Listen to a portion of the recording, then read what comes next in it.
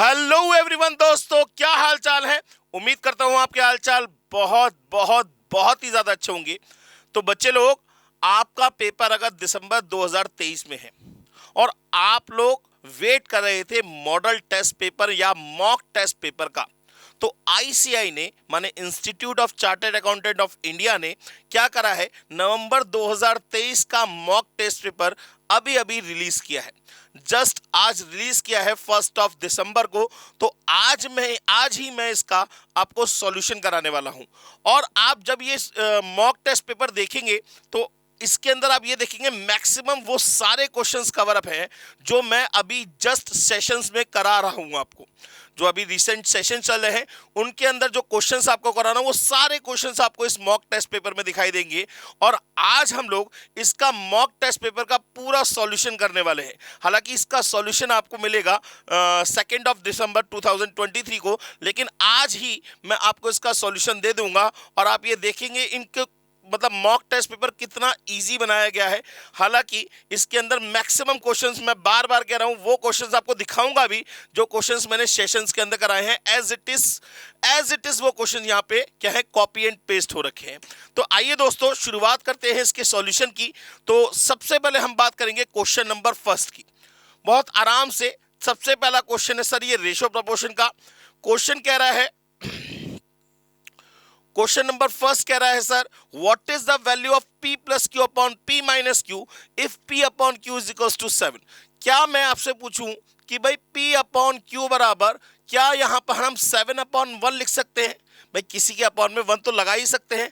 तो जरा देखिए p अपॉन क्यू बराबर 7 अपॉन 1। अब जरा देखिए ये एक टाइप का क्या है, रेशो है।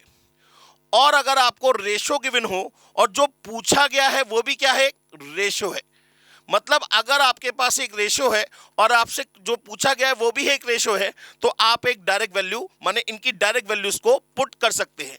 डायरेक्ट वैल्यू का मतलब क्या हुआ कि आप क्या करेंगे, यहां पे p की जगह 7 और q की जगह 7 इसके अंदर पुट कर दीजिए। तो p plus Q upon p minus Q का मतलब 7 plus 1 upon 7 minus 1, that is equal to 8 upon 6 और that is equal to 4 upon 3। तो इसका आंसर आ गया सर 4 अपॉन 3। ये ध्यान रखिएगा, आपको कोई भी फॉर्मूला, कोई भी शॉर्ट ट्रिक याद करने की जरूरत नहीं पड़ेगी और आपका कोई भी answer max to max 3 step में आने वाला है। तो ध्यान से मॉक टेस्ट पेपर को देखते जाइएगा। क्वेश्चन नंबर फर्स्ट तो हो गया। क्वेश्चन नंबर सेकंड की बात करते हैं। क्वेश्चन के सेकंड कह रहा है, if x upon 2 is equal to y upon 3 is equal to z upon 7। वो कह रहा है then the value of this, आपको इसकी वैल्यू पता करनी है। पहले जरा ध्यान से देखिए ये लिखा क्या है। ये लिखा है sir 2x minus 5y plus 4z upon 2y। मतलब ये क्या है, एक टाइप का रेशो है। ये क्या है, एक टाइप का रेशो है।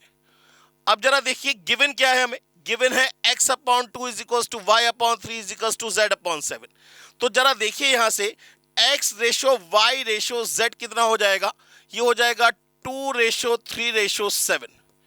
क्या हो जाएगा, 2 रेशो 3 रेशो 7, माने x अपॉन 2 बराबर y अपॉन 3 बराबर z अपॉन 7 था ना। तो हम यहां से जरा डायरेक्ट देखें तो x ratio y ratio z क्या हो जाएगा, 2 रेशो 3 रेशो 7 हो जाएगा। ठीक है ना। इसके बाद जरा ध्यान दीजिए, हमें रेशो पता है, हमें रेशो पता है, ये क्या है, एक रेशो, और जो हमसे पूछा गया है वो भी एक रेशो है। तो हम क्या कर सकते हैं, डायरेक्ट वैल्यू पुट कर सकते हैं। इसका मतलब x की जगह 2, y की जगह 3 और z की जगह 7 इसके अंदर पुट कर दीजिए, तो आपका आंसर निकल जाएगा। तो ये हो जाएगा 2 2 जा 4 माइनस 5 3 जा 15 प्लस 4 7 जा 28 अपॉन 2 इंटू वाई का मतलब 2 इंटू 3 6। ये हो जाएगा 28 और 32 माइनस 15 करेंगे, that is equal to 17 upon 6। तो इसका आंसर कितना आ जाएगा, 17 अपॉन 6 का मतलब डी आंसर हो गया। बात समझ में आ गई दोस्तों। चलिए अब बात करते हैं क्वेश्चन नंबर थर्ड की। क्वेश्चन नंबर थर्ड कह रहा है, if x ratio y is equal to 3 ratio 4 then the value of x square y plus X Y square ratio x cube plus y cube. फिर ध्यान से देखिए, x ratio y माने ये जो गिवन है वो एक रेशो है और जो पूछा गया है वो भी एक रेशो है। ये याद रखिएगा, जब कभी भी आपको रेशो गिवन हो और रेशो डायरेक्ट पूछा हो तो हम क्या करते हैं, डायरेक्ट वैल्यू को पुट करते हैं। मतलब इस कंडीशन में x की जगह 3 और y की जगह 4 यहां लगा दीजिए, तो ये है एक्स स्क्वायर वाई, माने x की जगह 3, तो 3 का square 9 into 4 plus X Y square माने 3 इंटू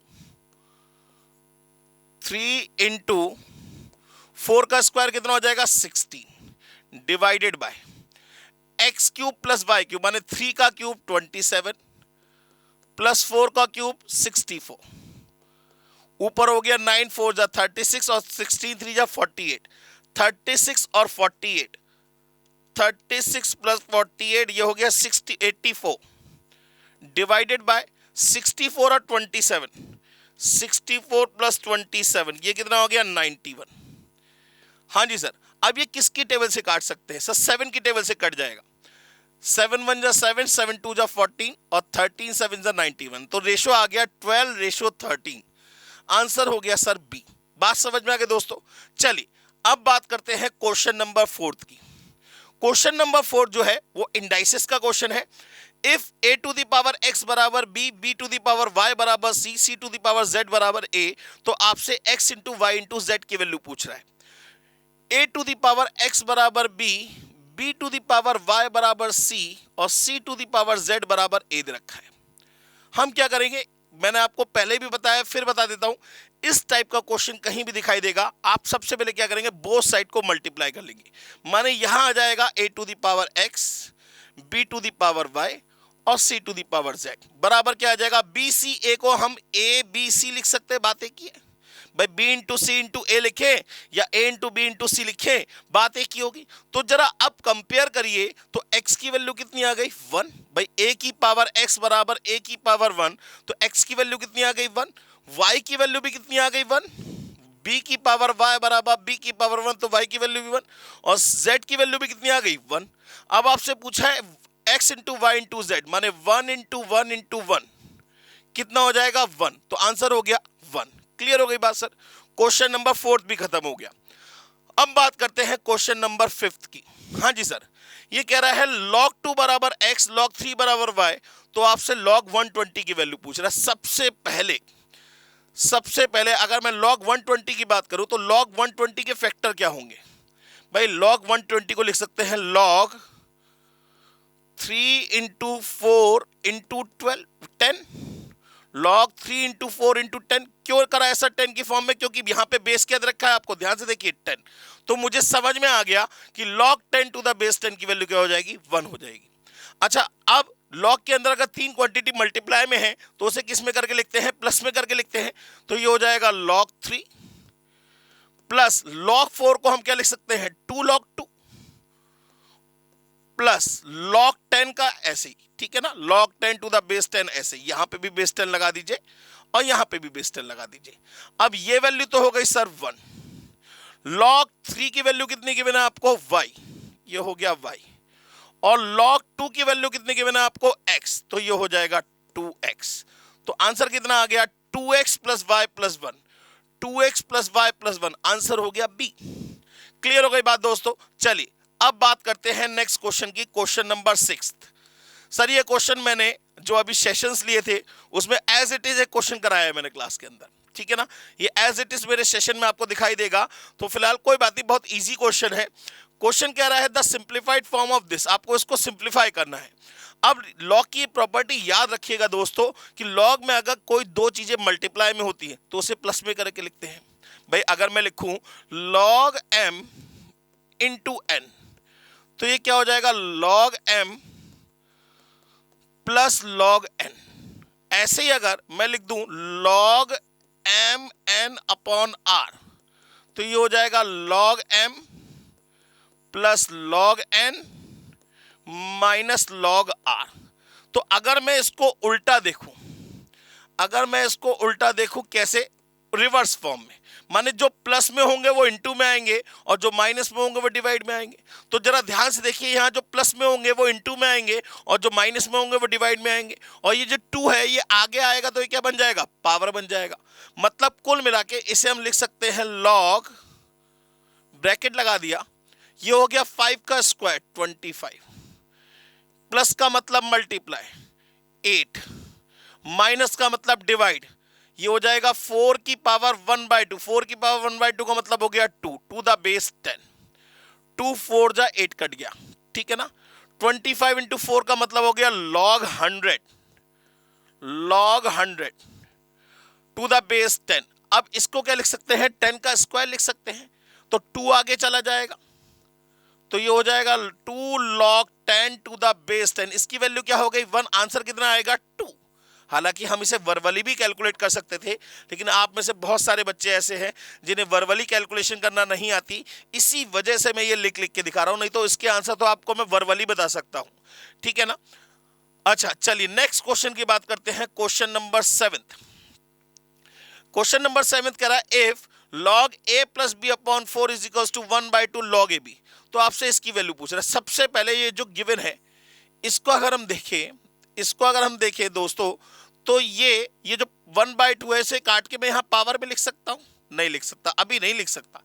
पहले मैं क्या करूंगा, इसको यहां पे सॉल्व करूंगा। तो जरा ध्यान दीजिए, यहां पे अगर हम बात करें तो ये हो जाएगा log a plus B upon 4 is equal to 1/2 log a b. भाई ये दोनों प्लस में कब आए होंगे, जब ये मल्टीप्लाई में होंगे।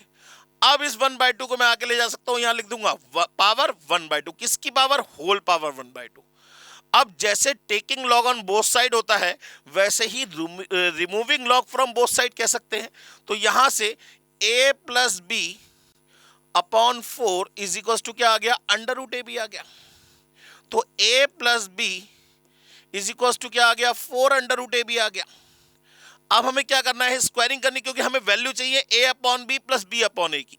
तो जरा यहां से आप अगर एलसीएम लेंगे तो ये आ जाएगा ए बी और ऊपर आ जाएगा A square plus B square. तो जरा स्क्वायरिंग करिए तो ये हो जाएगा A square plus B square plus 2ab is equal to कितना आ जाएगा 16ab। माने A square plus B square की वैल्यू कितनी आ जाएगी 14ab। अब जरा ये 14ab यहां लगाएंगे तो ab से ab कैंसिल होकर आंसर कितना बचेगा 14। तो इसका आंसर कितना हो गया सर 14। क्लियर हो गई बात, समझ में आ गया, क्लियर हो गया बेटा जी। नेक्स्ट क्वेश्चन की बात करते हैं, क्वेश्चन नंबर 8। नेक्स्ट क्वेश्चन की बात करते हैं, क्वेश्चन नंबर 8। ये कह रहा है क्वेश्चन नंबर 8 में if root of x plus 5 plus root of x minus 16 upon root of x plus 5 minus root of x minus 16 is equal to 7 upon 3 then find the value of x। तो आप एक काम करिए ना, put करके देख लीजिए, आप इसे सॉल्व मत करिएगा, पुट करके देख लीजिए, जो सेटिस्फाई कर जाए वो आंसर। भाई x की जगह पहले मैं 10 लगाता हूं, तो 10 प्लस 5 15, नहीं काम बनेगा क्योंकि रूट 15 निकल नहीं सकता। 20 लगा के देखता हूं, 20 प्लस 5 25 का अंडर रूट कितना हो जाएगा 5 प्लस 20 माइनस 16 4 का अंडर रूट कितना हो जाएगा 2, 20 प्लस 5 25 का अंडर रूट कितना हो जाएगा 5 और 20 माइनस 16 4 का अंडर रूट कितना हो जाएगा 2। तो 5 और 2 7 अपॉन 3। यस, आंसर क्या होगा इसका बी होगा। मैंने देखा आपने, मैंने यहां पे क्वेश्चन को सॉल्व नहीं किया, मैंने यहां पे put the value get the answer से आंसर निकाल लिया। चलिए अब बात करते हैं नेक्स्ट क्वेश्चन की, क्वेश्चन नंबर 9। इफ x बराबर दिस y बराबर दिस, तो आपसे पूछ रहे हैं then find the value of 3 times of x square plus y square का होल स्क्वायर। ये बेटा जी आपके स्टडी मैट का एडिशनल का क्वेश्चन है, ये स्टडी मैट का एडिशनल का क्वेश्चन है। नियर अबाउट ऐसे ही होगा 46 के आसपास, 44 के आसपास का क्वेश्चन है, क्वेश्चन नंबर 44 या 45 है, बिल्कुल सेम क्वेश्चन है। जरा ध्यान दीजिए, अब x बराबर आपको दे रखा है, y बराबर दे रखा है, सबसे पहले x square plus y square की वैल्यू निकालनी है। तो जब आप इसकी स्क्वायरिंग करेंगे तो x स्क्वायर बराबर क्या हो जाएगा 3 की पावर 1/4 प्लस 3 की पावर माइनस 1/4 का होल स्क्वायर, यही तो होगा। अब a प्लस बी का होल स्क्वायर ओपन कर लेते, क्या होगा a स्क्वायर माने 3 की पावर 1/2 प्लस b स्क्वायर माने 3 की पावर माइनस 1/2 प्लस 2ab। तो 2 इंटू a इंटू बी करेंगे क्या हो जाएगा, ये कैंसिल हो जाएगा, क्या आएगा 1। माने x स्क्वायर की वैल्यू तो ये आ गई। बिल्कुल सेम वे में y स्क्वायर की वैल्यू कितनी आ जाएगी, अगर हम देखें तो बिल्कुल सेम है, यहां प्लस की जगह क्या है माइनस, तो 3 की पावर 1/2 3 की पावर 1/2 प्लस 3 की पावर माइनस 1/2 और यहां क्या आ जाएगा -2। क्यों, a square plus B square plus 2ab। A square plus B square minus 2ab, क्योंकि ये a प्लस बी का होल स्क्वायर बनता है, ये a माइनस बी का होल स्क्वायर बनता। जब आप इन दोनों का एडअप करेंगे, जब आप इन दोनों का एडअप करेंगे तो यहां पे नीचे कितना आ जाएगा, x square plus y square, x square plus y square. तो देखिए दोनों कैंसिल हो जाएंगे, तो ये हो जाएगा 2 टाइम्स ऑफ 3 की पावर 1/2 प्लस 3 की पावर -1/2, यही हो जाएगा अब आपका। अब आपको क्या चाहिए, इसका भी होल स्क्वायर चाहिए। तो जरा ध्यान दीजिए, 3 टाइम्स ऑफ इसका स्क्वायरिंग करेंगे तो क्या हो जाएगा, ये इसकी वैल्यू लगा देते हैं, 2 टाइम्स ऑफ 3 की पावर 1/2 प्लस 3 की पावर -1/2 और इसका होल स्क्वायर, यही तो वैल्यू पूछ रहा है। देखिए x square plus y square की वैल्यू यहां पुट कर दी हमने, बात समझ में आ गई। हमें इसे पूरा सॉल्व करने की जरूरत नहीं है, हम ना ही इसे कैलकुलेटर से निकालेंगे, इसे वर्बली करेंगे, बहुत इजी हो जाएगा बेटा जी। ये हो जाएगा 3, ये 2 का स्क्वायर कितना हो गया 4, और ये हो जाएगा ब्रैकेट में 3 प्लस 3 की पावर -1 प्लस 2, बस सॉल्व हो गया सर।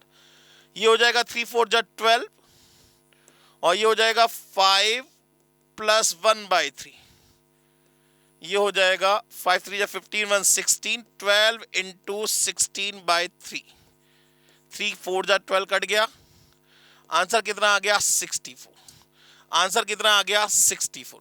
थोड़ा सा क्वेश्चन लेंदी है, हालांकि आप चाहें तो इसे ऐसे भी कर सकते हैं कि यहाँ पे आप कैलकुलेटर पे वैल्यूज निकाल लीजिए, लेकिन मैं बिल्कुल भी इस चीज के फेवर में नहीं हूं कि आप यहाँ पे इसको कैलकुलेटर से सॉल्व करें। थोड़ी बहुत कैलकुलेशन तो आपको आनी ही चाहिए। चलिए दोस्तों नेक्स्ट क्वेश्चन की बात करते हैं, क्वेश्चन नंबर 10 कह रहा है if the ratio of the roots of the equation this is 1:2, माने आपको अल्फा अपॉन बीटा की वैल्यू दे रखी है 1/2, तो वो कह रहा है बताइए P की वैल्यू क्या होगी। मैंने आपको एक स्टेटमेंट बताई थी, फिर दोबारा से बता देता हूं। जब कभी भी आपको दो रूट्स के बीच में रिलेशनशिप दे रखा हो क्वेश्चन के अंदर, जब कभी भी आपको दो रूट्स के बीच में रिलेशनशिप दे रखा हो, तो उस क्वेश्चन को सॉल्व करने का सबसे बेस्ट तरीका यह है कि आप वहां पे sum of roots and product of roots निकाल लीजिए, आपका आंसर अपने आप ही निकल जाएगा। आइए देखते हैं दोस्तों क्वेश्चन। तो यहां से जरा कंपेयर करिए इसे स्टैंडर्ड क्वाड्रेटिक इक्वेशन से, ax square plus bx plus c से कंपेयर करिए। तो a की वैल्यू हो गई 4, b की वैल्यू हो गई -6 और c की वैल्यू हो गई p, ठीक है ना। अब आपको अल्फा अपॉन बीटा बराबर 1/2 दे रखा है, तो आपसे p की वैल्यू पूछिए, बहुत आराम से तसल्ली से सोचेगा। अब अगर मैं बात करूं तो सम ऑफ रूट्स कितना होता है, सम ऑफ रूट्स होता है अल्फा प्लस बीटा बराबर क्या होता है -b अपॉन ए, माने 6/4। तो जरा अल्फा की जगह 1, अल्फा की जगह 1x और बीटा की जगह 2x लगा दीजिए, तो ये हो जाएगा 3x बराबर 3/2। तो x की वैल्यू कितनी आ गई 1/2, तो अल्फा की वैल्यू आ गई 1/2 और बीटा की वैल्यू आ गई 2/2 का मतलब 1। बस अब कुछ नहीं, सब निकल आया। अब हमें क्या निकालना होगा, प्रोडक्ट निकालना होगा। तो प्रोडक्ट क्या होगा, अल्फा इंटू बीटा, प्रोडक्ट क्या होगा अल्फा इंटू बीटा बराबर क्या होता है c अपॉन ए, माने p/4। अब अल्फा की वैल्यू 1/2 और बीटा की वैल्यू 1 बराबर p/4, तो p की वैल्यू कितनी आ गई 4/2 का मतलब आंसर आ गया 2। तो याद रखिएगा, जब कभी भी आपको दो रूट्स के बीच में रिलेशनशिप दे रखा हो, तो हमेशा क्या करेंगे आप sum of roots and product of roots निकालेंगे। बात समझ में आ गई दोस्तों। चलिए अब बात करते हैं क्वेश्चन नंबर 11 की। अब बात करते हैं क्वेश्चन नंबर 11 की। If 2x plus 5 is greater then 3x plus 2, तो सबसे पहले इसको उठा के इधर ले जाइए और इस 2 को उठा के इधर ले जाइए, तो यहां बचेगा x लेस देन, यहां क्या बचेगा 3। तो x की वैल्यू 3 से क्या होनी चाहिए, छोटी होनी चाहिए। अब यहां पे भी सॉल्व करना है, तो इस 2x को उठा के इधर लेके जाइए, इस -5 को उठा के इधर लेके जाइए, तो यहां बचेगा आपका 2x, क्योंकि 4x में से 2x गया 2x बचा, और माइनस का 5 इधर जाएगा, प्लस का हो जाएगा, तो 5 - 3 कितना बचेगा 2। तो ये हो जाएगा x is less than equals to 1, sorry x is greater than equals to 1, माने x की वैल्यू 3 से छोटी और 1 से बड़ी होनी चाहिए। माने कुल मिला के इसका सॉल्यूशन हो गया कि x is greater than equals to 1 and less than 3।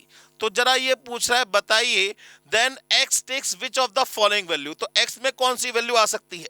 क्या 4 आएगा? नहीं आएगा। -4 आएगा? नहीं आएगा। 2 आएगा? यस 2 आएगा, क्योंकि x की कौन कौन सी वैल्यू 1 2 दो ही वैल्यू सेटिस्फाई करेंगी। अगर मैं इसे इंटरवल की फॉर्म में रिप्रेजेंट करूंगा तो x belongs to closed interval 1 2 3 open interval, माने 1 से लेके 3 तक की सारी वैल्यू को इंक्लूड करना है, जिसमें 1 इंक्लूडेड है लेकिन 3 इंक्लूडेड नहीं है। बात समझ में आ गई दोस्तों? तो क्वेश्चन नंबर 11 भी हो गया। अब बात करते हैं क्वेश्चन नंबर 12 की। अब बात करते हैं क्वेश्चन नंबर 12 की। वो कह रहा है solve for the x for the inequality is this. तो सबसे पहले हम क्या करेंगे, इतनी इनइक्वालिटी को लेंगे, इसको छोड़ देंगे। तो ये हो जाएगा 5 2 10 less than equals to 3x minus 2। ये -2 इधर जाएगा, प्लस का हो जाएगा 12 हो जाएगा। तो x is greater than equals to क्या हो जाएगा 12/3 को 3 का मतलब कितना हो गया 4। अब हम इतनी इनइक्वालिटी को लेके चलेंगे, मैंने इसको रब कर दिया। अब हम इतनी इनइक्वालिटी को लेके चलेंगे ये वाली, ठीक है ना? तो जरा देखिए ध्यान से, ये हो जाएगा 5 4 20, तो 3x minus 2 is less than equals to 20। Minus का 2 इधर जाएगा तो काय का हो जाएगा, प्लस का हो जाएगा। तो x is less than equals to 22/3। x is less than equals to 22/3, माने x की वैल्यू 4 या 4 से बड़ी और 22/3 से क्या होनी चाहिए, छोटी होनी चाहिए।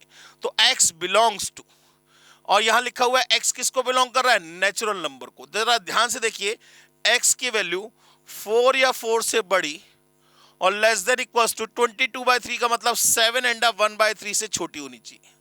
7 and 1/3 से छोटी होनी चाहिए।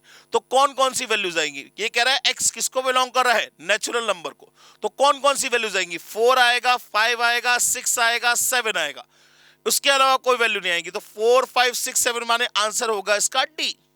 इसका आंसर क्या होगा दोस्तों, डी होगा। चलिए अब बात करते हैं क्वेश्चन नंबर 13 की। अब बात करते हैं क्वेश्चन नंबर 13 की। कह रहा है the amount charge for a defined length of time. ध्यान से सुनिएगा, एक एक स्टेटमेंट को, एक एक वर्ड को ध्यान से पढ़िए। वो कह रहा है the amount charge for a defined length of time for uses of principal generally on year basis is known as the amount charged for a defined length of time। माने एक टाइम पीरियड के लिए जो पैसा charge किया जाता है किसी पर्टिकुलर प्रिंसिपल के ऊपर, उसे हम क्या बोलते हैं, उसे बोलते हैं दोस्तों इंटरेस्ट। क्या बोलते हैं उसे, इंटरेस्ट। रेट ऑफ इंटरेस्ट नहीं, वो परसेंटेज होता है। जो पर्टिकुलर अमाउंट आप किसी पर्टिकुलर वैल्यू पे चार्ज करते हैं that is known to be the interest, not rate of interest. वो क्या कहलाएगा, इंटरेस्ट कहलाएगा। परसेंटेज के बिहाफ पे अगर आप चार्ज करोगे तो वो एक रेट ऑफ इंटरेस्ट कहलाएगा। क्लियर हो गई बात? चलिए इसके बाद क्वेश्चन नंबर 14 कह रहा है टाइम वैल्यू ऑफ मनी का क्वेश्चन। देखिएगा, एक क्वेश्चन आ चुका है, दूसरा ये रहा। ये कह रहा है the sum required to earn a monthly interest of 1200। ये सर एक्सरसाइज का क्वेश्चन है एट 18% सिंपल इंटरेस्ट। यहां ध्यान से देखिए, ये इंटरेस्ट कौन सा है, मंथली इंटरेस्ट है। एक महीने का इंटरेस्ट कितना है, 1200। तो पूरे साल का इंटरेस्ट कितना होगा, 1200 इंटू 12 कर लेंगे, माने इंटरेस्ट हो गया 1200 इंटू 12 माने 14,400। 14,400, ठीक है ना? अच्छा, टाइम कितना हो गया, एक साल। रेट ऑफ इंटरेस्ट कितना है, 18%। प्रिंसिपल पूछ रहा है, तो P बराबर क्या होगा, SI इंटू 100 अपॉन RT। तो SI कितना हो गया, 14,400 into 100 divided by rate of interest है 18 और टाइम है 1। इसको सॉल्व कर लीजिए, तो ये हो जाएगा 14,400 इंटू 100 डिवाइडेड बाय 18। ये आ गया 80,000। आंसर हो गया सी। आंसर क्या हो गया, सी। ये एक महीने का इंटरेस्ट है दोस्तों। अगर पूरे साल के इंटरेस्ट की बात करेंगे तो इंटू 12 करना ही पड़ेगा आपको। चलिए नेक्स्ट क्वेश्चन की बात करते हैं बेटा जी। क्वेश्चन नंबर 15 ये कह रहा है Sachin deposited ₹1 lakh in his bank for 2 years at simple interest at 6%। How much interest would he earn. अरे सीधे सीधे यार, 1 लाख का 6% कितना हुआ, 6,000 रुपए। 2 साल का इंटरेस्ट कितना हुआ? 12,000 रुपए। वो कितना इंटरेस्ट कमाएगा सर? 12,000 रुपए कमाएगा। How much final value of deposit, और कितनी फाइनल वैल्यू मिलेगी? 1,12,000 रुपए। तो आंसर हुआ 12,000 और 1,12,000, आंसर हो गया डी। आंसर क्या हो गया दोस्तों? डी। नेक्स्ट क्वेश्चन की बात करते हैं, क्वेश्चन नंबर 16। वो कह रहा है the ratio of the principal and the compound interest. अच्छा जी, प्रिंसिपल और कंपाउंड इंटरेस्ट का रेशियो दे रखा है फॉर 3 इयर्स। अच्छा जी, is 216/127। The rate of interest पूछ रहा है। अब the ratio of the principal and the compound interest, सबसे पहले तो प्रिंसिपल ऐसे ही रहने दिया। कंपाउंड इंटरेस्ट की बात करें तो कंपाउंड इंटरेस्ट के बराबर क्या होता है? P 1 प्लस आई की होल पावर n-1 होता है। अब ये कितने टाइम पीरियड के लिए? 3 इयर्स के लिए। तो 3 सालों में प्रिंसिपल तो जैसा था वैसा ही रहेगा, प्रिंसिपल में कोई चेंजेस नहीं आएगी। लेकिन कंपाउंड इंटरेस्ट क्या होगा? 3 सालों का अलग होगा। तो पहले तो कंपाउंड इंटरेस्ट निकाल लेते, रेट ऑफ इंटरेस्ट इसमें बताया नहीं रखा है इसने। तो अब जरा ध्यान दीजिए, P डिवाइडेड बाय CI बराबर P का P, और CI में P नीचे आ गया, और 1 प्लस आई की होल पावर 3-1। यहां P से P कैंसिल होके 1 बचा। ये वैल्यू आपको दे रखी है कितनी? 216/127। तो 216/127 is equal to 1/1 plus i की होल पावर 3-1। क्रॉस मल्टीप्लाई करेंगे, तो क्रॉस मल्टीप्लाई करेंगे तो क्या मिल जाएगा? ये भाई आप यहां तो चेक कर सकते हो कि भाई किसका रेशो ऐसे आएगा। आई की वैल्यू लगा के देख लो, तब भी हो सकता है, आराम से हो जाएगा, कोई दिक्कत नहीं है। लेकिन अगर हम क्रॉस मल्टीप्लाई करें तो 1 प्लस आई की होल पावर 3 कितना हो जाएगा? -1 बराबर कितना हो जाएगा? ये हो जाएगा 127 डिवाइडेड बाय 216। उल्टा कर दिया, इसको जब रेसिप्रोकेट किया तो इसको भी रेसिप्रोकेट कर दिया। अब -1 इधर जाएगा तो काय का हो जाएगा? +1 हो जाएगा। एलसीएम लेना पड़ेगा, तो 1 प्लस आई की होल पावर 3 216 एलसीएम आ गया, और 216 और 127 कितना हो गया? 243, नहीं 343, सॉरी 343। कितना हो गया? 343। तो 1 प्लस आई की वैल्यू कितनी आ गई? ये होता है 7 का क्यूब, और ये होता है 8 का क्यूब, नहीं ये होता है 4 4 जा 16, 216 होता है 216, 343 हुआ ना? हाँ 343 हुआ 7 का क्यूब, और 216 हो गया 6 का क्यूब। ठीक है ना? तो 1 प्लस आई की वैल्यू कितनी आ गई? 7/6। तो आई की वैल्यू कितनी आ गई? 1/6। 1/6 का मतलब हो गया 0.16666। आंसर हो गया सी। ये कैलकुलेशन देखने में आपको लेंदी लग रही है, आप चाहते तो आप यहां ये पुट ही नहीं करते, आप सीधे सीधे आई की वैल्यू लगा के देख लीजिए किसका रेशो ऐसे आएगा, अपने आप ही निकल आएगा, कोई दिक्कत वाली बात नहीं है। समझ में आ गई बात दोस्तों? चलिए नेक्स्ट क्वेश्चन की बात करते हैं, क्वेश्चन नंबर 17 की। क्वेश्चन नंबर 17 की बात करते हैं, जरा ध्यान दीजिएगा। क्वेश्चन नंबर 17 क्या कह रहा है? वो कह रहा है the compound interest ₹8,000 for 6 month at 12% payable quarterly. अच्छा, 6 महीनों का कंपाउंड इंटरेस्ट निकालना है 8,000 पे, 12% पेबल क्वार्टरली है, तो कंपाउंड इंटरेस्ट बराबर क्या होगा? पी हमें पता है कितना है? 8,000 bracket 1 plus rate of interest कितना है? 12%, कंपाउंडेड क्या है? क्वार्टरली, तो 12 डिवाइड बाय क्या हो जाएगा? 400। और कितने टाइम पीरियड के लिए? 6 महीने। 6 महीने में कितने क्वार्टर आएंगे? 2, तो पावर हो जाएगी 2 -1। बस आपको ये सॉल्व करना है। कैलकुलेटर उठाइए, फटाफट शुरू हो जाइए। 12 डिवाइड बाय 400 +1 इंटू दबाकर 2 -1 और इंटू 8,000, यह आ गया 487.2, माने आंसर हो गया ए। क्लियर हो गई बात दोस्तों? चलिए अब बात करते हैं क्वेश्चन नंबर 17 के बाद क्वेश्चन नंबर 18 का। ये सर एक्सरसाइज का क्वेश्चन है, कंपाउंड इंटरेस्ट की एक्सरसाइज का क्वेश्चन है। The annual birth and death rate पर 1000 are 39.4 and 19.4 respectively.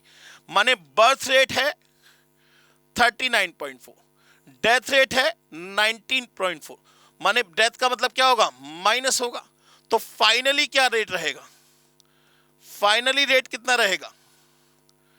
Finally rate रहेगा 20 पर 1000 पर्सन। देखिए ना कितना लिखा है, पर 1000, पर 100 नहीं है। 1000 में 20 बंदे का क्या होता है? इंक्रीमेंट होता है। तो पर 100 का कितना होगा? 2/100 हो जाएगा। 2/100 का मतलब कितना हो जाएगा? 2% का क्या होगा? इंक्रीमेंट होगा। हर साल पॉपुलेशन में 2% का क्या होगा? इंक्रीमेंट होगा। जब 2% हर साल पॉपुलेशन बढ़ेगी तो ये पूछ रहा है in what time it will be, क्या कह रहा है? The number of years in which the population will be double itself. Double कितने साल में होगी सर? ये 35 सालों में होगी। एक्सरसाइज का क्वेश्चन है, फिर भी मैं करके दिखा देता हूं। माने अगर प्रिंसिपल 1 रुपए तो अमाउंट 2 रुपए और रेट ऑफ इंटरेस्ट कितना है? 0.02। आपसे पूछ रहा है एन की वैल्यू बताइए। और याद रखिएगा पॉपुलेशन का कोई भी क्वेश्चन होगा हमेशा कंपाउंड इंटरेस्ट ही फॉलो होता है। पॉपुलेशन के क्वेश्चन में कभी भी सिंपल इंटरेस्ट फॉलो नहीं करते, ठीक है ना। तो यहां से 2 बराबर कितना हो जाएगा? 1 प्लस 0.02 की होल पावर n। मल्टीप्लाई करके देखना आपको ये कितनी बार में 2 आएगा। बस ये चेक करना, ये n बराबर 35 सालों में आ जाएगा सर। अगर आप मल्टीप्लाई करके देखेंगे तो 35 सालों में ये 1.9999 करके वैल्यू आ रही होगी। तो अप्रोक्सीमेट में कितने साल लगेंगे? 35 साल लगेंगे। चलिए दोस्तों नेक्स्ट क्वेश्चन की बात करते हैं। क्वेश्चन नंबर 19 कह रहा है the simple interest on a sum of money at 6% per annum for 7 years is equal to the twice the simple interest on another sum for 9 years at 5% per annum. The ratio will be, जरा ध्यान से देखिए, the simple interest on a sum of money, मान लीजिए सम of money मान लिया P1 for 6% per annum for 7 years। तो P1 का 6% कितना हुआ? 0.06p, 0.06p 7 सालों के लिए इंटू 7, ठीक है ना। Is equals to twice of the simple interest on another sum for 9 years at 5%। माने ट्वाइस द अनदर सम, माने इसको अगर P1 मान रहे दूसरे को हम मान लेते P2। P2 का 9 years का 5% के अकॉर्डिंग, माने ये हो जाएगा इंटू 9 इंटू 0.05। अब आपसे पूछ रहा है P1 अपॉन P2 बताइए। तो P1 अपॉन P2 कितना हो जाएगा? यहां से इसको ले आइए डिवाइड में, ये हो जाएगा 2 into 9 into 0.05 divided by 0.06 into 7। बस इसको सॉल्व कर लीजिए। पॉइंट से पॉइंट हट गया, ये 3 जा कट गया, ये 2 जा कट गया, ये 2 जा कैंसिल हो गया। कुल मिला के आंसर आ गया 15/7। कुल मिला के आंसर आ गया 15/7। बात समझ में आ गई दोस्तों। चलिए नेक्स्ट क्वेश्चन की बात करते हैं दोस्तों। Question number 20। क्वेश्चन नंबर 20 कह रहा है the nominal rate of interest 9.9% per annum if the interest compounded monthly. तो इफेक्टिव रेट ऑफ इंटरेस्ट का मतलब क्या होता है? In totality what should you pay, total में आप कितना पे कर रहे हैं, that is known to be the effective rate of interest. That is always equal to होता है 1 प्लस आई की whole power n minus 1 into 100। और here n is always taken as 1 year। n कितना लिया जाता है? हमेशा 1 साल लिया जाता है। अब आपको 9.9% पर एनम है, लेकिन कंपाउंडेड क्या है? मंथली है। तो यहां से जरा देखिए इफेक्टिव रेट ऑफ इंटरेस्ट बराबर हो जाएगा 1 प्लस 9.9 डिवाइडेड बाय 1200 की होल पावर कितनी हो जाएगी? 1 साल में कितने मंथ? 12 माइनस 1 और इंटू 100। इसको सॉल्व कर लीजिए। ये हो जाएगा 9.9 डिवाइडेड बाय 1200 प्लस 1 इंटू दबाकर 2 3 4 5 6 7 8 9 10 11 12 माइनस 1 और इंटू 100। यह आ गया 10.36। आंसर कितना हो गया? ए हो गया। माने पूरे साल में 9.9% पर एनम का इंटरेस्ट नहीं लगेगा, 10.36% पर एनम कंपाउंडेड एनुअली का इंटरेस्ट लगेगा। माने आप चाहे कहें 9.9% पर एनम कंपाउंडेड मंथली या कहें 10.36% compounded per annum compounded annually, दोनों का मतलब एक ही है, ठीक है ना। चलिए अब बात करते हैं दोस्तों क्वेश्चन नंबर 21 की। अब बात करते हैं दोस्तों क्वेश्चन नंबर 21 की। The population of a town increases by 2%। of the population at the beginning of the year, the number of years by which the total population increased by 40%. ये भी exercise का क्वेश्चन है sir. इसका answer क्या है? 17 years. मुझे तो रटे हुए भाई. प्रिंसिपल बराबर अगर मैं 1 रुपए मानूं तो अमाउंट कितना हो जाएगा? 1.40. रेट ऑफ इंटरेस्ट कितना है? 2%. आपको चेक करना है कि टाइम कितना टाइम पीरियड लगेगा. एन की वैल्यू पूछ रहा है तो 1.40 बराबर 1 और 1.02 की होल पावर n. इसको मल्टीप्लाई करके देख लीजिए कितनी बार में 1.40 आएगा. तो सर अप्रोक्सीमेटली 17 ईयर्स में आएगा. अप्रोक्सीमेटली 17 ईयर्स में आएगा, चाहे आप मल्टीप्लाई करके देख लीजिएगा. ठीक है ना. नेक्स्ट क्वेश्चन की बात करते हैं. Question number 22. वो कह रहा है a stock pays annually at an amount of ₹10 from 6th year onward. ठीक है ना. What is the present value of perpetuity. Perpetuity किसके लिए यूज होती है? सब जब कभी भी नंबर ऑफ पीरियड क्या हो? इनफाइनाइट हो तो हमेशा परपेचुटी वर्ड यूज होगा. ठीक है ना. वो कह रहा है if the rate of interest return is 20%. अब जरा ध्यान से देखिए. A stock pays annually at an amount of ₹10 from 6th year onwards. 6 साल बाद, हर 6 साल बाद वो क्या करता है? ₹10 आपको देता है. What is the present value of perpetuity if the rate of return is 20%. तो हम क्या करेंगे? सीधे सीधे amount present value of annuity बराबर क्या होता है? R divided by I. क्या होता है? R divided by I. तो रेट ऑफ यहां पे एन्युटी कितने की है? 10 रुपए की. Divided by rate of interest कितना है? 0.2. लेकिन ध्यान रखिए ये फ्रॉम क्या है? 6th ईयर है. ये क्या है? फ्रॉम 6th ईयर, माने 6 साल बाद शुरू होता है. तो हम यहां डिवाइड बाय 6 और कर देंगे. हम यहां डिवाइड बाय 6 और कर देंगे. तो ये हो जाएगा 10 डिवाइडेड बाय 1.2. ये आ जाएगा 8.33.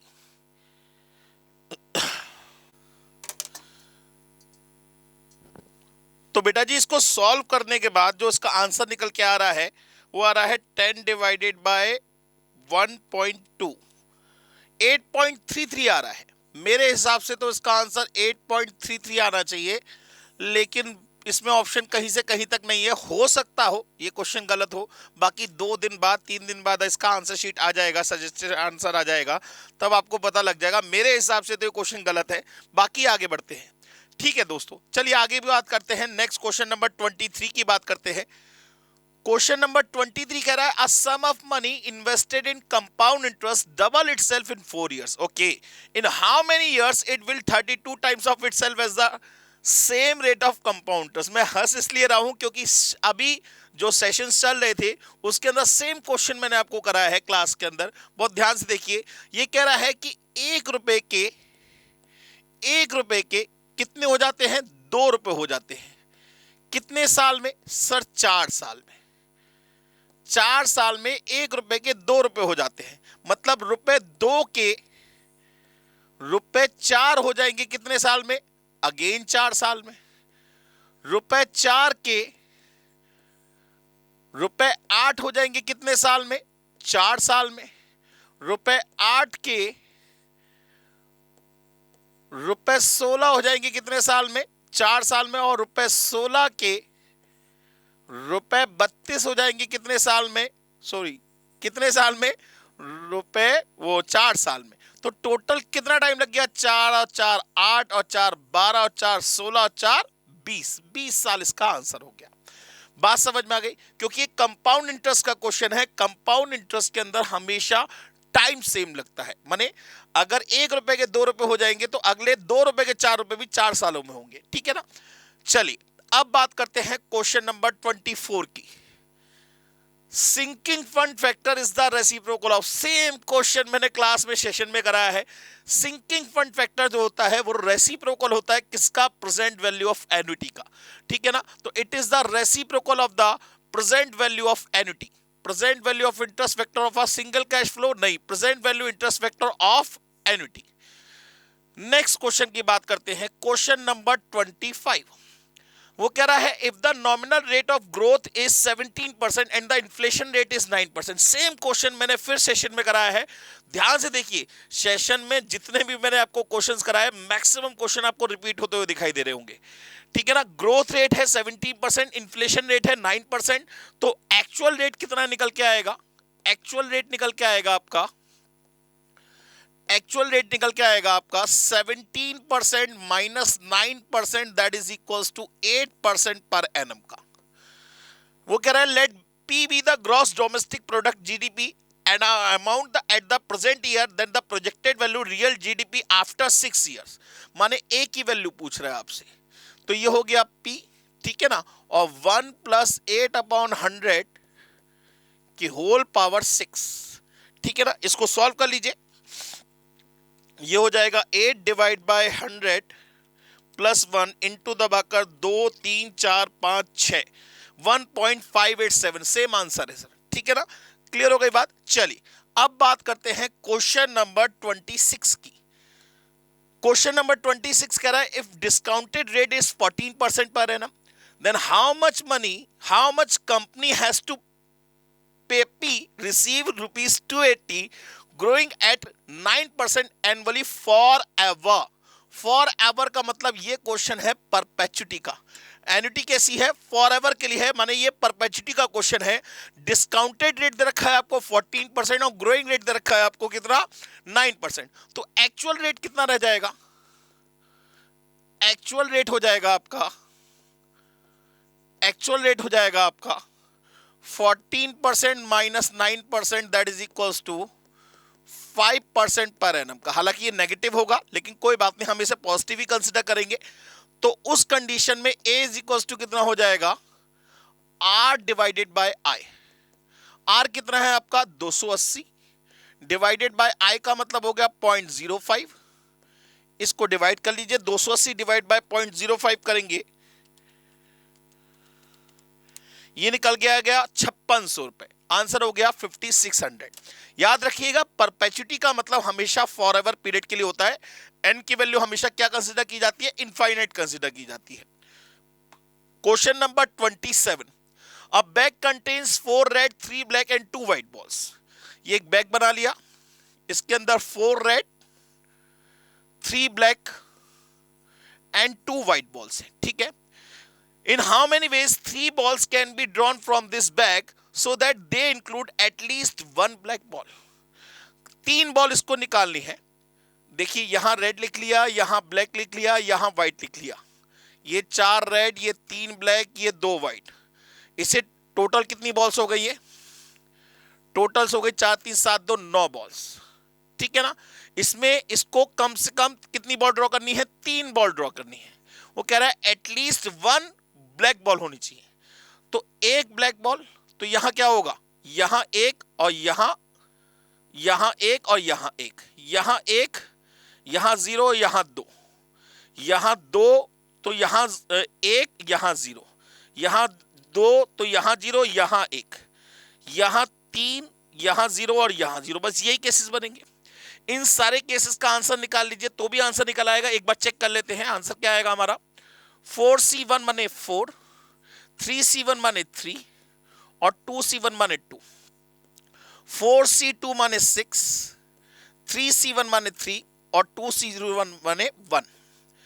4C0 का मतलब 1, 3C2 का मतलब 3 और 2C1 का मतलब 2, 4C1 का मतलब 4, 3C2 का मतलब 3 और 2C1 का मतलब 1, 4C0 का मतलब 1, 3C3 का मतलब 1 और 2C0 का मतलब भी 1। माने ये हो जाएगा 4 तिया 24, 24 और 6 तिया 18 और 3 और ये हो जाएगा 4 तिया 12 और ये हो जाएगा 1। माने 18 और 24 ये हो गया 42 3 45 47 57 58। 58 is the answer, 58 is the answer. 58 answer है, देख लीजिए एक बार, 1 2 3 4 5 24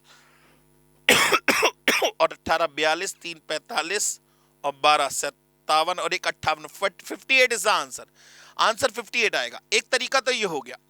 दूसरा तरीका एक और भी है इस क्वेश्चन को करने का। इसमें सारे केसेस बनाने की जरूरत नहीं है आपको, एटलीस्ट 1 ब्लैक बॉल कह रहा है। तो अगर हम एक काम करें, कोई सी भी 3 बॉलें सेलेक्ट करने की बात करें तो 4 और 3 7 और 2 9, 9C3 में से कोई भी ब्लैक बॉल ना ले, अगर इसकी केसेस हम माइनस कर देंगे तो एटलीस्ट वन ब्लैक बॉल की प्रोबेबिलिटी, वो वन ब्लैक बॉल के चांस जो केसेस हैं वो निकल जाएंगे। माने ब्लैक बॉल को आप कट कर दीजिए तो 6C3 हो जाएगा। 9C3 का मतलब हो गया 9 into 8 into 7 upon 3 into 2 minus 6C3 का मतलब हो गया 20। इसको काट लिया 3 से, ये 4 से, 4 7 7 4 जा 28, 3 जा 84 माइनस 20, अच्छा 64 आ रहा है। सही है, फिर 64 आएगा बेटा। मेरे से शायद एक आध केस मिस हो गया होगा इसलिए ऐसा हुआ है। 64 इज द आंसर। माने हमने क्या करा, टोटल में से कोई ब्लैक बॉल ना ले, इसके केसेस को माइनस कर दिया तो एटलीस्ट वन ब्लैक बॉल के केसेस निकल जाएंगे। क्लियर हो गई बात। अच्छा, अब बात करते हैं दोस्तों क्वेश्चन नंबर 28 की। अब बात करते हैं दोस्तों क्वेश्चन नंबर 28 की। कह रहा है the number of words from the letter of the word Bharat in which B and H will never come together. तो B और H को हम एक मान लेंगे, B और H को हम एक मान लेंगे, बाकी रह गए A R A T। तो 1 2 3 4 5, 5 को अरेंज करने के तरीके कितने होंगे, 5 फैक्टोरियल। ये दोनों आपस में अरेंज हो सकते हैं इनटू 2 फैक्टोरियल। ये तो आ गया कम टुगेदर की कंडीशन। ये किसकी आ गई, कम टुगेदर की। लेकिन नेवर कम टुगेदर के लिए क्या करते हैं, टोटल में से कम टुगेदर की कंडीशन को माइनस करते हैं। तो टोटल कितने बनेंगे, 1 2 3 4 5 6, माने 6 factorial minus 5 factorial into 2 factorial, और जो रिपीट होगा वो डिवाइड में आएगा। जैसे ए 2 बार रिपीट हो रहा है तो डिवाइडेड बाय 2 फैक्टोरियल। तो ये हो जाएगा 720 माइनस 240 डिवाइडेड बाय 2। 720 माइनस 240 का मतलब होगा 480 डिवाइडेड बाय 2। आंसर आ गया 240। आंसर क्या आ गया सर, 240। तो किसी भी काम को ना करने की कंडीशन निकालनी हो तो हमेशा टोटल में से करने की कंडीशन को माइनस करते हैं दोस्तों। ठीक है ना। चलिए अब नेक्स्ट क्वेश्चन की बात करते हैं। क्वेश्चन नंबर 29 परमुटेशन कॉम्बिनेशन का क्वेश्चन है। n की वैल्यू पूछ रहा है। अब जरा ध्यान से देखिए तो यहां एलसीएम कितना आएगा सर, यहां एलसीएम आएगा 8 फैक्टोरियल। क्यों, क्योंकि इस, जरा ध्यान से देखिएगा, ये 7 फैक्टोरियल ऐसे ही 1 प्लस 1 अपॉन प्लस 1 अपॉन, इसे लिख सकते हैं 8 इंटू 7 फैक्टोरियल। तो कुल मिला के एलसीएम कितना आ जाएगा, 8 इंटू 7 फैक्टोरियल, माने 8 फैक्टोरियल कह सकते हो। तो यहां क्या आएगा, 8 plus 1 is equal to n upon 9 factorial. ठीक है ना। तो ये हो जाएगा 9 upon 8 factorial is equal to n upon, इसे लिख सकते हैं 9 इंटू 8 फैक्टोरियल। तो ये कैंसिल आउट हो गया। तो n की वैल्यू कितनी आ गई, 81 आ गई सर। n की वैल्यू कितनी आ गई, 81 आ गई। क्लियर हो गई बात। चलिए अब बात करते हैं क्वेश्चन नंबर 29 के बाद क्वेश्चन नंबर 30 की। क्वेश्चन नंबर 29 के बाद क्वेश्चन नंबर 30 की। ये कह रहा है the third term of a GP is 2/3 and the sixth term is 2/81, then the first term is, third term का मतलब हो गया AR स्क्वायर 2/3 और सिक्स टर्म का मतलब हो गया AR टू द पावर 5 2/81। आपसे फर्स्ट टर्म की वैल्यू पूछ रहा है, बहुत आराम से तसल्ली से। अगर आप हम इन दोनों को डिवाइड करें तो हमें मिलेगा AR की power 5 upon AR square is equals to 2/81 divided by 2/3। A से A कैंसिल, यहां रह गया R क्यूब। R क्यूब बराबर आ गया 2/81 इंटू 3/2। 2 से 2 कैंसिल, ये 3 27 जा, माने कुल मिला के R की वैल्यू कितनी आ गई, 1/3 आ गई। अब R की वैल्यू 1/3 किसी एक में पुट कर लीजिए तो A इंटू 1/9 बराबर 2/3। ये 3 की टेबल से कट गया तो A की वैल्यू कितनी आ गई, 6 आ गई। A की वैल्यू कितनी आ गई, 6 आ गई। बात समझ में आ गई सर, करने का तरीका समझ में आ गया। चलिए अब बात करते हैं दोस्तों नेक्स्ट क्वेश्चन की, क्वेश्चन नंबर 31। देखिए मैथ्स का पोर्शन खत्म होता जा रहा है, इसके बाद आपका लॉजिकल रीजनिंग का पोर्शन आएगा और उसके बाद आपका स्टैटिस्टिक्स का पोर्शन आएगा। Question number 31, a person pays ₹975 in monthly instalment. Each instalment is less than the former by 5 rupees, माने हर एक इंस्टॉलमेंट 5 रुपए क्या हो रही है, वो कम होती जा रही है।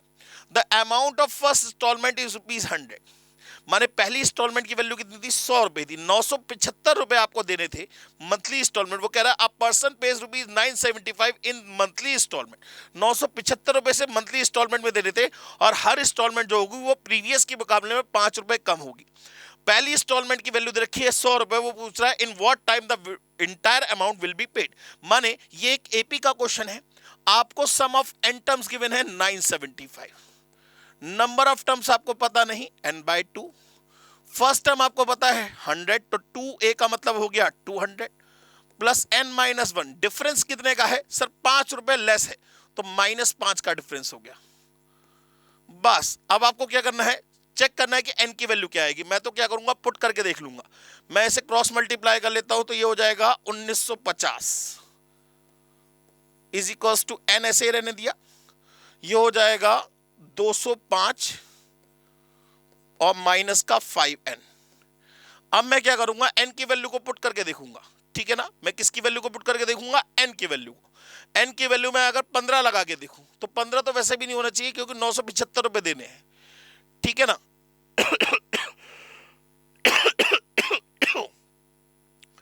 हाँ जी, अब n की वैल्यू अगर लगा के देखते हैं 26, तो बहुत बड़ी हो जाएगी वैल्यू भाई। 26 इंटू 5 करेंगे तो 130 हो जाएगा, लगा के देखते हैं ना। तो 26 इंटू 5, 26 इंटू 5 करेंगे तो 130 हो जाएगा। 205 में से 130 गया, 75 इंटू 26, 1950, बिल्कुल ठीक। आंसर क्या हो गया, ए हो गया। एन की वैल्यू हमने लगा के देखी पहली 26, तो ये हो जाएगा 26 into 26 into 205 minus 5 into 26, solve करेंगे तो ये 1950 के बराबर आ रहा है। तो आंसर कितना होगा, 26 मंथ। एक बार 15 और चेक कर लीजिए, 15 5 just 75, तो 205 माइनस 75 130 इंटू 15 और कर दीजिए 1950। 15 भी सेटिस्फाई हो रहा है, तो इसका आंसर क्या होगा सर, इसका आंसर होगा बोथ ए एंड बी। इसका आंसर क्या होगा, बोथ ए एंड बी। मैंने ऐसा इसलिए चेक किया क्योंकि बोथ ए एंड बी का आंसर भी दे रखा है, तो मैंने चेक कर लिया कहीं बी ऐसा तो नहीं है कि बी सेटिस्फाई कर रहा है। बात समझ में आ गई दोस्तों। चलिए अब बात करते हैं नेक्स्ट क्वेश्चन की, क्वेश्चन नंबर 32। वो कह रहा था sum of N terms of the AP is इतना, इट्स कॉमन डिफरेंस इज 6। तो फर्स्ट टर्म पूछ रहा है। अब जरा ध्यान दीजिए, अगर सम ऑफ एन टर्म्स दे रखा है, अगर मैं एन की जगह 1 लगाऊं, ये सम ऑफ एन टर्म्स दे रखा है 3n स्क्वायर माइनस 2n, अगर मैं एन की जगह 1 लगाऊंगा तो फर्स्ट टर्म मिल जाएगी। क्यों, सम ऑफ फर्स्ट टर्म क्या होता है, फर्स्ट टर्म ही होता है। तो 3 इंटू 1 का स्क्वायर माइनस 1, यह आ गया 2, आंसर हो गया 2। कुछ करने की जरूरत ही नहीं है, कुछ करने की जरूरत ही नहीं है सर। बात समझ में आ गई। नेक्स्ट क्वेश्चन की बात करते हैं, क्वेश्चन नंबर 33। सर अब ये क्वेश्चन शुरू हो गया सेट्स रिलेशन फंक्शन का। कह रहा है in a survey 300 companies the number of companies using different media newspaper radio and television are as follows. ये दे रखा है, find the number of companies using none of these. None of these का मतलब याद करिए, अगर हम बात करें तो ये एक रेक्टेंगल है, इसके अंदर 3 सर्कल बने हुए हैं, ठीक है ना। एक तो है आपका न्यूज़पेपर का, एक है आपका रेडियो का, और एक है आपका टेलीविजन का। आपसे जो पोर्शन पूछ रहा है वो दोस्तों ये वाला पोर्शन पूछ रहा है, ये वाला पोर्शन पूछ रहा है। नन ऑफ दिस का मतलब ये वाला पोर्शन पूछ रहा है आपसे। बात समझ में आ गई, इस पोर्शन की बात कर रहा है। अब जरा देखिए टोटल कितनी कंपनीज है, 300। क्या क्या गिवन है, नंबर ऑफ एन गिवन है, आर गिवन है, टी गिवन है, एन इंटरसेक्शन आर गिवन है, आर इंटरसेक्शन टी गिवन है, एन इंटरसेक्शन आर गिवन है। और मैंने आपको बताया था सबसे पहले ये वाला पार्ट जो है ये पता करते हैं। ये गिवन है हमें 5, तो हम यहां लिख लेंगे 5। अच्छा अब जरा ध्यान दीजिए, एन इंटरसेक्शन आर कितना गिवन है आपको, या हम सीधे सीधे फॉर्मूला भी लगा सकते हैं। एन इंटरसेक्शन आर कितना गिवन है, 50। तो 50 में से 5 ये है, तो ये कितना बचेगा, 45। अच्छा आर इंटरसेक्शन टी ये कितना गिवन है, 20 में से 5 ये है, तो ये कितना हो गया, 15। एन इंटरसेक्शन आर ये हो चुका। अच्छा एन इंटरसेक्शन आर 2 बार आ गया यहाँ पे, ये टी इंटरसेक्शन वो होगा, एन इंटरसेक्शन टी होगा, यहाँ पे टी होगा बेटा। तो एन इंटरसेक्शन टी कितना गिवन है, 25 में से 5 ये, तो ये हो गया 20। टोटल एन कितना है 200 में से 50 और 20 70, 70 तो ये कितना रह गया 130। आर कितना है 100, तो 60 और 5 65, ये हो गया 35। टी कितना है 40, तो ये तो ज्यादा हो जाएगा 40, जीरो हो जाएगा, ठीक है ना। अब टोटल कितना होना चाहिए 300 होना चाहिए। जरा चेक कर लीजिए 130 और 35, 165, 165 और 15, 180, 200 और 250, माने इन तीनों सर्कल का सम कितना आ रहा है 250। तो बाकी वाली वैल्यू का सम कितना आएगा 50 आ जाएगा, क्योंकि टोटल कितने कंपनीज है 300 है, तो आंसर कितना होगा 50 कंपनीज। या तो एक ऐसे करके देख लीजिए, या आप इसमें डायरेक्ट फॉर्मूला भी लगा सकते हैं क्या, कि पहले हम क्या करें इन तीनों सर्कल का सम निकालें। इन तीनों सर्कल का सम का मतलब हो गया आपको निकालना है N number of elements in N union R union T, which is equal to क्या होता है number of elements in N plus number of elements in R plus number of elements in T minus number of elements in N intersection R minus number of elements in R intersection T minus number of elements in T intersection N और plus number of elements in N intersection T intersection are.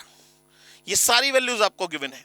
जरा देखिएगा क्या क्या given है, 200 plus 100 plus 40 minus 50 minus 20 minus 25 और plus 5।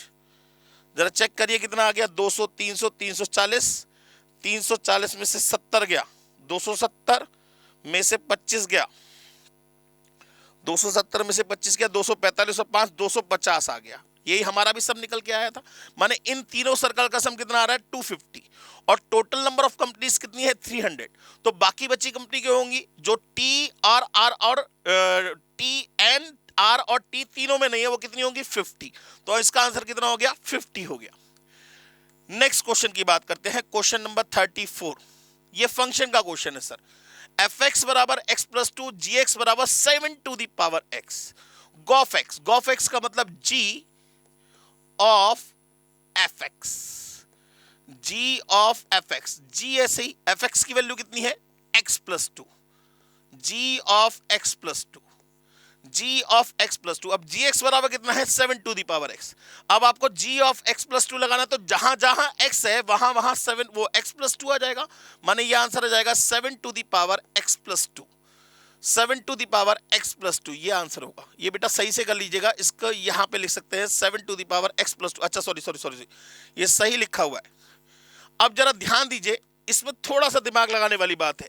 ये जो C option है इसका करेक्ट आंसर ये है। कैसे? इसको लिख सकते हैं 7 to the power x into 7 to the power 2। भाई ये दोनों पावर प्लस में कब आई होंगी? जब ये मल्टीप्लाई में होंगी। तो 7 का स्क्वायर कितना हो गया 49, माने इसे लिख सकते हैं 49 into 7 to the power x। तो इसका आंसर क्या होगा सी होगा। इसका आंसर क्या होगा दोस्तों सी होगा। चलिए अब बात करते हैं क्वेश्चन नंबर 35 की। ये रिलेशन का क्वेश्चन है। इफ a बराबर 1 2 3 then the relation 1 1 2 3 2 2 3 3 1 2 is called। हाँ भाई चेक करना है, अगर 1 2 3 है तो जरा चेक करिए रिफ्लेक्सिव है या नहीं है। क्या सभी के पेयर आ रहे हैं 1 1 2 2 3 3 आ रहे हैं, माने रिफ्लेक्सिव तो हो गया। सिमेट्रिक माने 1 1 का उल्टा ठीक है इसी में लाई करेगा, 2 3 का उल्टा नहीं लाई कर रहा, तो ये सिमेट्रिक नहीं है। अच्छा इक्विवेलेंस, इक्विवेलेंस 1 2 और 2 3, 2 से 2 उठ गया, 1 3 लाई नहीं कर रहा, तो ये सिर्फ क्या होगा एक रिफ्लेक्सिव रिलेशन होगा। क्लियर हो गई बात। चलिए नेक्स्ट क्वेश्चन की बात करते हैं, क्वेश्चन नंबर 36। वो कह रहा है the cost function of for the production of X unit of a company is इतना। The cost will be minimum when X is equals to. आपसे कह रहा है कॉस्ट कब मिनिमम होगी? जब एक्स की वैल्यू क्या हो, लगा के देख लीजिए किसमें क्या होगा। भाई एक्स की चारों वैल्यू लगा के देख लीजिए, जिसमें मिनिमम आएगा वही आपका आंसर होगा। तो जरा लगाइए, एक्स की जगह पहले 3 लगाइए, तो ये हो जाएगा 2 इंटू 3 का क्यूब माने 16, 15 इंटू 4 60, 36 इंटू 3 108 प्लस 15। ये तो हो गए कॉस्ट ऑफ 3 यूनिट को प्रोड्यूस करने की कॉस्ट हो गई। ये हो गया 124 और 75, ये हो गया 199, ठीक है ना। अब x की जगह 2 लगा के देखिए, x की जगह 2 लगा के देखिए। मैंने अच्छा 3 की जगह 2 लगा दिया है, गलती कर दी है सर, इसको ठीक कर लीजिए। 3 लगाइए पहले, x की जगह 3, 3 का क्यूब 27, 2 जा 54, 3 का स्क्वायर 9 इंटू 15 135, और 36 3 जा 108 और प्लस 50, ये हो जाएगा। अब इसको सॉल्व करेंगे, 54 प्लस 135 प्लस 108 प्लस 50, 312। अब x की जगह 2 लगा के देखिए, तो 2 का क्यूब 8 2 जा 16, 60 72 और 50, ये हो जाएगा 16 प्लस 60 प्लस 72 प्लस 50, 163। अब x की जगह 1 लगा के देखिए, तो ये हो जाएगा 2 प्लस 15 प्लस 36 प्लस 15, 30 और 38, 68। और x की जगह 4 लगाएंगे तो बड़ी वैल्यू आएगी। वैसे तो देखा जाए सारी वैल्यू प्लस में है, तो x की जो मिनिमम वैल्यू होगी वो मिनिमम वैल्यू पे ही आएगी, माने x इक्वल्स टू 1 पे ये कॉस क्या करेगा, अपनी मिनिमम कॉस, ये जो फंक्शन है ये अपनी मिनिमम कॉस को रिप्रेजेंट करेगा। चलिए दोस्तों, क्वेश्चन नंबर 37 की बात करते हैं। क्वेश्चन नंबर 37 की बात कर रहे हैं। fx बराबर रखा है xc3, ये ऐसे करके कॉम्बिनेशन के रेस्पेक्ट में रखा है। आपसे कह रहा है f-1 की वैल्यू बताइए। सबसे पहले xc3 की अगर हम बात करें तो xc3 का मतलब क्या हुआ, xc3 का मतलब हो गया x को पीछे 3 बार, x minus 1 x minus 2 upon 3, ये हो गया। अब आपसे पूछ रहा है f-x बताइए। अब f-x निकालने से पहले हम क्या करते हैं, यहां पे इसको मल्टीप्लाई कर लेते हैं। ये हो जाएगा x into x square minus 3x plus 2 और अपॉन में 3, ये हो जाएगा x cube minus 3x square plus 2x upon में 3। बात समझ में आ गई, ये आ गया f(x). अब हम इसका क्या निकालेंगे, डिफरेंशिएशन निकालेंगे। तो f-x क्या हो जाएगा, ये हो जाएगा 3x square minus 6x plus 2 और अपॉन में 3। अब आपको क्या करना है, x की जगह 1 लगाना है, तो 3 माइनस 6 प्लस 2 अपॉन 3, ये हो जाएगा 5 minus 6 minus 1 upon 3 is the answer. Minus 1 upon 3 तो आना चाहिए। 3x square minus 6x plus 2, x की जगह क्या लगाना है, 1 लगाना है। 3 minus 6 minus 3 plus 2 minus 1 upon 3, minus 1 upon 3 is the answer होना चाहिए बेटा जी। अच्छा, अपॉन 3 फैक्टोरियल होगा यहाँ पे बेटा जी, मेरे से गलती हो गई, ये 3 फैक्टोरियल होगा, ये 3 फैक्टोरियल होगा, तो इसका आंसर कितना आ जाएगा, माइनस 1 अपॉन 6। इसका आंसर कितना आ जाएगा, माइनस 1 अपॉन 6। अच्छा, इसके बाद क्वेश्चन नंबर 38 की बात करते हैं दोस्तों। क्वेश्चन नंबर 38 क्या कह रहा है, क्वेश्चन नंबर 38 में कह रहा है the equation of the curve which passes through the point 1, 2 has the slope this. इसका स्लोप आपको दे रखा है 3x minus 4 and the point of the x और y इज। अच्छा, ये कह रहा है कर्व की इक्वेशन बतानी है जो जिसका 1, 2 पे स्लोप कितना आ रहा है, 3x माइनस 4 आ रहा है। तो पहले आप एक काम करिए, यहीं पे इसका डिफरेंशिएशन निकाल लीजिए। तो 2 dy ओवर dx कितना हो जाएगा, ये हो जाएगा 6x माइनस 8। तो dy ओवर dx की वैल्यू कितनी आ गई, ये आ गया 3x माइनस 4। सर पहले में ही आ रहा है, और 1, 2 जरा सेटिस्फाई करके देखिए, सेटिस्फाई भी होना चाहिए, ये पॉइंट्स भी सेटिस्फाई होने चाहिए और स्लोप भी ये आना चाहिए, दोनों बातें चेक कर लीजिएगा। जरा x की जगह 1 और y की जगह 2 लगा के देखिए, तो 2 2 जा कितना हो जाएगा यहाँ 4, और x की जगह 1 लगाएंगे तो ये हो जाएगा 3 माइनस 8 प्लस 9, तो 9 और 3 12 माइनस 8 करेंगे 4। सही है, बिल्कुल ठीक है। आंसर क्या होगा इसका, ए होगा। आंसर क्या होगा इसका, ए होगा। क्लियर हो गई बात। इसके बाद बात करते हैं दोस्तों क्वेश्चन नंबर 39 की। क्वेश्चन नंबर 39 कह रहा है the slope of the tangent this at x equals to 2, माने स्लोप निकालना है, माने इसका डिफरेंशिएशन निकालेंगे। तो dy ओवर dx कितना हो जाएगा, नीचे वाले का तो होल स्क्वायर, नीचे वाले का तो होल स्क्वायर। अब डिनोमिनेटर ऐसे ही, इसका डिफरेंशिएशन 1 माइनस, अब x माइनस 1 ऐसे ही, इसका डिफरेंशिएशन भी 1, तो ये हो जाएगा x plus 2 minus x plus 1 upon x plus 2 का होल स्क्वायर।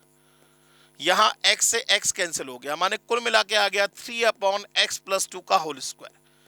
अब आपको क्या करना है, x की जगह 2 लगा देना है, तो 3 अपॉन 4 का स्क्वायर कितना आ जाएगा 16, तो आंसर कितना हो गया 3 अपॉन 16। बात समझ में आ गई दोस्तों। चलिए नेक्स्ट क्वेश्चन की बात करते हैं, क्वेश्चन नंबर 40। तो दोस्तों अब बात करते हैं क्वेश्चन नंबर 40 की।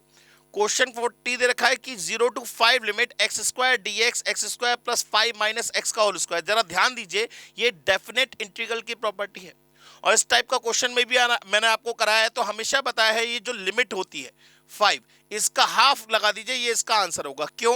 क्योंकि अगर आप इंटीग्रल प्रॉपर्टी देखें तो a to b limit f x d x बराबर क्या होता है, a to b limit function of a plus b minus x d x के बराबर होता है। और इस कंडीशन में ये दोनों वैल्यूज क्या आती है, माने हम क्या करेंगे, इसे i मान लेंगे और i मानने के बाद हम क्या करेंगे, इसमें ये वाली प्रॉपर्टी को लगाएंगे तो सेम फंक्शन आ जाएगा। जब सेम फंक्शन आ जाएगा तो इंटीग्रेशन बचेगा सिर्फ 1 का। इंटीग्रेशन किसका बचेगा, 1 का। मैं करके दिखा देता हूं एक बार। तो यहां से i बराबर क्या हो जाएगा, 0 to 5 limit x square upon x square plus 5 minus X का होल स्क्वायर डी एक्स, ये है। अब जब लिमिट लगाएंगे तो ये हो गया a, ये हो गया b, तो जहां जहां x है वहां a plus b minus x लगाएंगे, तो i बराबर क्या हो जाएगा 0 to 5 लिमिट, ये हो जाएगा x की जगह क्या लगाना है हमें, अब जहां जहां x है वहां वहां a plus b minus x, माने 0 प्लस 5 माइनस एक्स, माने क्या लगाना होगा 5 माइनस एक्स लगाना होगा। तो ये बन जाएगा 5 माइनस एक्स का whole square upon 5 minus X का whole square plus 5 minus 5 plus X का होल स्क्वायर और dx, ये कैंसिल आउट। अब जरा देखिए, इन दोनों i को ऐड अप कर लिया जाएगा तो ये बन जाएगा 2i। जब 2i ऐड करेंगे तो इस कंडीशन में दोनों के एलसीएम क्या आ जाएंगे, सेम आ जाएंगे, x square plus 5 minus X का होल स्क्वायर, ऊपर भी सेम आ जाएगा, x square plus 5 minus X का होल स्क्वायर dx।